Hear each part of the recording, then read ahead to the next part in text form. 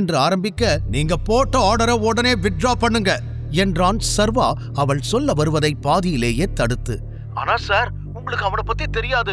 நீங்க நினைக்கிற மாதிரி அவன் நல்லவன் இல்ல. இந்த கம்பெனில மேனேஜரா இருக்கிறதுக்கு அவனுக்கு எந்த தகுதியும் இல்ல. அதனால தான் அவனை இங்க இருந்து அனுப்பணும்னு நான் நினைச்சேன். அவனுக்கு யார்கிட்ட எப்படி பேசணும்னு மேனர்ஸ் கூட தெரியல சார் என்று எப்படியாவது தான் எடுத்த முடிவு சரிதான் என்பதை டைகருக்கு உணர்த்த முயற்சி செய்தாள் குயின்சி. இந்த பக்கம் அதை கேட்ட சர்வாவிற்கு கோபம் வர, உங்ககிட்ட யாராவது கேரக்டர் சர்டிபிகேட் கேட்டாங்களா? இந்த கம்பெனியில செக்ரட்டரியா இருக்கிறதுக்கு உங்களுக்கு மட்டும் எல்லா தகுதியும் இருக்குன்னு நினைக்கிறீங்களா என்று சர்வா திரும்பி கேட்க, குயின்சிக்கு யாரோ பளார் என தன் கன்னத்தில் அரைந்தது போல அவனது வார்த்தைகள் தாக்கியது. அதில் பெருமூச்சு விட்டு தன்னை சமன் செய்து கொண்டவள் முகத்தில் பதட்டம் அப்பட்டமாக தெரிந்தது. அவள் பேச ஆரம்பிப்பதற்குள், நான் சொல்றத தெளிவா கேட்டுக்கோங்க. மறுபடியும் நான் சொல்ல மாட்டேன். அந்த சர்வாவுக்கு வேலை போச்சுன்னா உங்க வேலையும் போச்சுன்னு அர்த்தம். அவனுக்கு என்னென்னலாம் நடக்குதோ அதெல்லாம் உங்களுக்கும் நடக்கும். புரிஞ்சுதா என்று சர்வா சொன்னதும் ஒரு நொடி ஆடிப்போனவள், ஓகே ஓகே சார் என்றாள் வேகமாக. குயின்சி, அந்த கம்பெனிக்கு சர்வாவை எங்களோட ரெப்ரசன்டேட்டிவா அனுப்பியிருக்கோம்.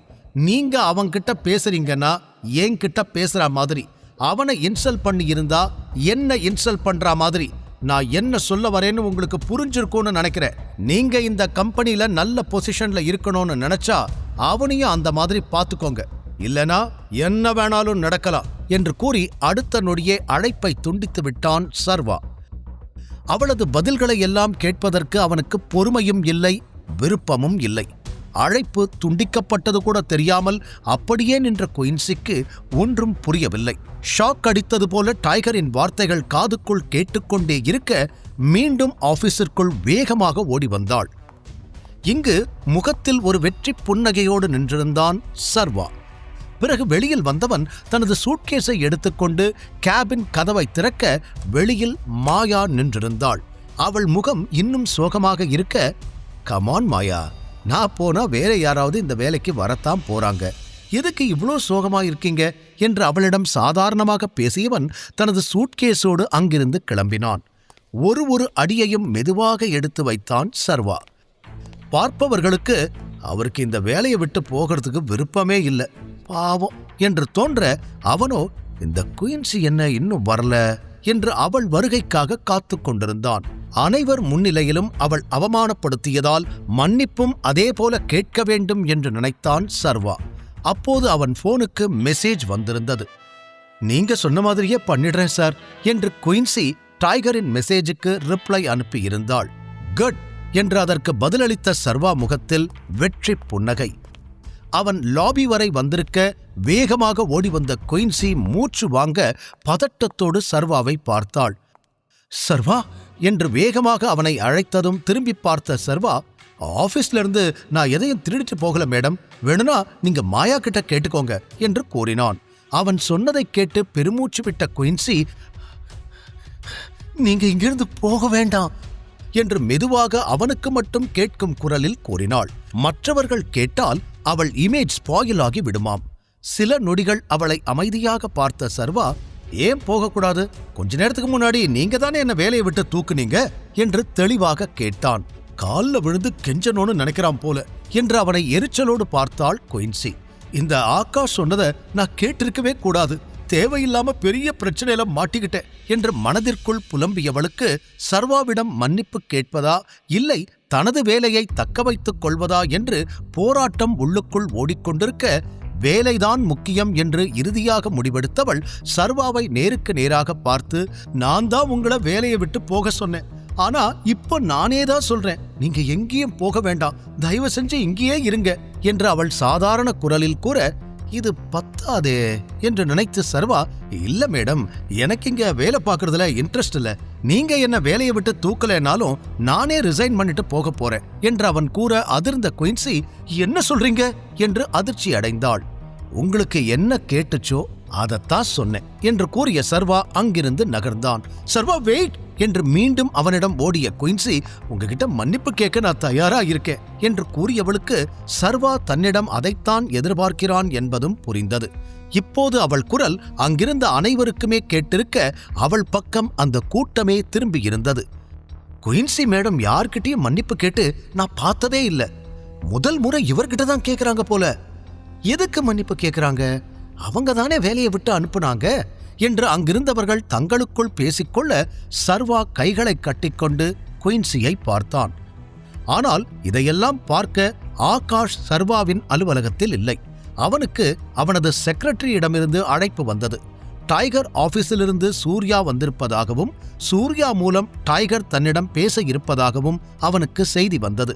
அதில் துள்ளி குதித்தவன், டைகரே என்கிட்ட பேச போறார்னா நிச்சயமா பெரிய விஷயமா தான் இருக்கும்.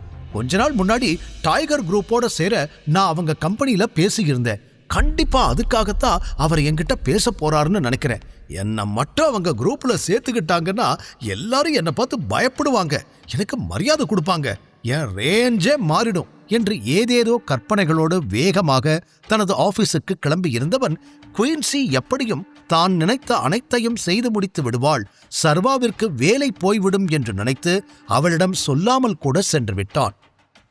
அதே நேரம் இங்கு இன்னும் கூட குயின்சி தான் நிஜமாக மன்னிப்பு கேட்டாளா என்று அந்த கூட்டமே நம்ப முடியாமல் பார்த்து கொண்டிருக்க, சர்வா அவள் சொன்னது காதிலே விழவில்லை என்பது போல அமைதியாக நின்றான். பிறகு அவன் அருகில் சென்றவள், என் பாஸ் கிட்ட இருந்து எனக்கு ஆர்டர் வந்திருக்கு, உங்களை இங்கிருந்து அனுப்பக்கூடாதுன்னு, நீங்க இங்க இருக்கணும்னு அவரே சொன்னாரு. அதனால நான் உங்ககிட்ட பேசின எல்லாத்துக்கும் மன்னிப்பு கேட்டுக்கிறேன், எல்லாரும் முன்னாடியும் மன்னிப்பு கேட்க நான் ரெடி என்றவள் ஒரு அடி பின்னால் வந்து, ஐ ஆம் ரியலி சாரி மிஸ்டர் சர்வா என்று வாயிலிருந்து வரமாட்டேன் என பிடிவாதம் பிடித்த வார்த்தைகளை எல்லாம் கோர்த்து பேசி முடித்துவிட்டு சர்வாவின் பதிலுக்காக அவன் முகத்தையே பார்க்க, இப்போ இவ்வளோ பேசுற நீங்க அந்த ஆகாஷ் என்னை பத்தி சொல்லும் பொழுது அதை விசாரிக்கணும்னு ஏன் நினைக்கல? அவன் சொன்ன உடனே என்னை வேலையை விட்டு தூக்க கிளம்பி வந்துட்டீங்க.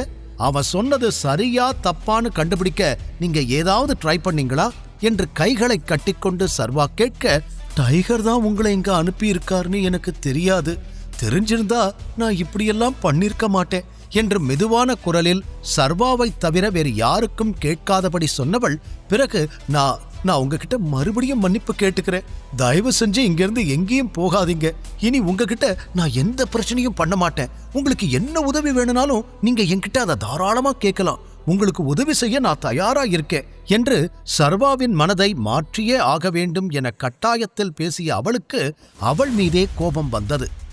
இன்னொரு புறம் சர்வா வேறு அவள் பேசுவதையெல்லாம் மதிக்காமல் வேடிக்கை பார்ப்பது போல நிற்க, அதான் நான் மன்னிப்பு கேட்டுட்டேனே, நீங்க உங்க கேபினுக்கு போறீங்களா என்றாள். பெருமூச்சுடன் அவளை பார்த்த சர்வா, ஓகே நோ ப்ராப்ளம், நீங்க கெஞ்சி கேட்கறதால நான் இங்கேயே இருக்கேன் என்று கூறியதும் குயின்சிக்கு அப்போதுதான் நிம்மதியாக மூச்சு விடவே முடிந்தது. ஆனா ஒரு விஷயம், இனிமே யார பத்தியும் ஆதாரம் இல்லாம தப்பா பேசாதீங்க. யாராவது உங்ககிட்ட கம்ப்ளைண்ட் பண்ணா அது சரியா தப்பான்னு கிராஸ் செக் பண்ணுங்க. ஒரு முறை ஒருத்தரை பத்தி தப்பா பேசிட்டா அந்த வார்த்தைகளை திரும்ப வாங்க முடியாது. உங்களுக்கு புரிஞ்சிருக்கும்னு நினைக்கிறேன், இனிமேலாவது பொறுப்பா இருங்க என்று சர்வா அவளிடம் அழுத்தமாக கூற, சிறு குழந்தை போல் தலையாட்டி அதை கேட்டுக்கொண்டாள் அவள். பிறகு, என் செக்ரட்டரி எங்க என்று சத்தமாக கத்திய சர்வா தனது சூட்கேஸை எடுத்து முன்னால் வைத்தான். உடனே அதை கையில் எடுத்துக்கொண்ட குயின்சி, நான் இதெல்லாம் பாத்துக்கிறேன், நீங்க வேலையில மட்டும் கவனம் செலுத்துங்க, இத கேபின்ல தானே வைக்கணும், நான் வச்சிடுறேன் என்று கூறியவள் சர்வா அருகில் வந்து, நமக்குள்ள என்ன நடந்துச்சோ அது நமக்குள்ள இருக்கட்டும், இங்க இருக்கிற யாருக்கும் தெரிய வேண்டாம் என்றாள். சர்வா அதற்கு தலையை மட்டும் ஆட்ட அவனது சூட்கேஸை எடுத்துக்கொண்டு வேகமாக அவன் கேபினுக்கு சென்றாள் குயின்சி. அங்கிருந்த அனைவருமே நடப்பதை நம்ப முடியாமல் வாய் மீது கை வைத்து நின்றனர். குயின்சி மேடம் இந்த அளவுக்கு ஒருத்தருக்கு மரியாதை கொடுத்து நான் பார்த்ததே இல்லை தெரியுமா? ஆமா, அவங்க யாருக்கு தான் மரியாதை கொடுத்துருக்காங்க, எல்லாரையும் அவங்க இஷ்டத்துக்கு தான் பேசுவாங்க. ஆனா அவங்களையே வேலை செய்ய வச்சுட்டாரு நம்ம மேனேஜர். அவரை நினைச்சா பெருமையா தான் இருக்கு. வேலையை விட்டு போக சொன்னவங்க வாயாலேயே தயவு செஞ்சு இங்க இருங்கன்னு சொல்ல வச்சுட்டாரு. கெத்துதான் நம்ம சர்வா சார் என்று அவர்கள் தங்களுக்குள் பேசிக் கொள்வது சர்வாவிற்கு கேட்க, கர்வமாக புன்னகைத்தவன் தனது கேபினை நோக்கி சென்றான். இங்கு ஆபீஸில் குயின்சிக்கு தகுந்த பாடத்தை சர்வா கத்துக் கொடுத்திருக்க, அதே நேரம் ஆகாஷ் தனது ஆபீஸுக்கு வந்து சேர்ந்திருந்தான். ரொம்ப லேட் ஆயிடுச்சு, அவரை ரொம்ப நேரம் வெயிட் பண்ண வச்சிட்டேன் போலியே என்று கடிகாரத்தை பார்த்து கொண்டு வேகமாக உள்ளே நுழைந்தவன், மிஸ்டர் சூர்யா எங்க இருக்காரு என்று தனது ரிசப்ஷனிஸ்டிடம் கேட்டான். மீட்டிங் ஹால்ல உங்களுக்காக தான் வெயிட் பண்ணிக்கிட்டு இருக்காரு, உடனே போங்க என்று பதில் வந்ததும் வேகமாக மீட்டிங் ஹாலுக்கு சென்றான் ஆகாஷ். அங்கு சூர்யா கால் மேல் கால் போட்டு அவனுக்காக காத்திருந்தான். சூர்யாவை பார்த்ததும் ஆகாஷ் முகத்தில் மகிழ்ச்சி ததும்ப புன்னகைத்தான். ஆனால் பதிலுக்கு சூர்யா முகத்தில் எந்த மகிழ்ச்சியும் தென்படவில்லை. ஆகாஷ் ஆபீஸுக்கு வந்த சூர்யா என்ன செய்ய போகிறான்? ஆகாஷுக்கு பாடம் புகட்ட சர்வா போட்டிருக்கும் திட்டம் என்ன? டைகர் தான் சர்வா என்பதை ஆகாஷ் தெரிந்து கொள்வானா? தெரிந்து கொள்ள தொடர்ந்து கேளுங்கள். Tiger Returns only on Pocket FM. முழு கதையையும் கேட்டு மகிழ பாக்கெட் FM ஏப்பை டவுன்லோட் செய்யுங்கள். லிங்க் டிஸ்கிரிப்ஷனில் கொடுக்கப்பட்டுள்ளது.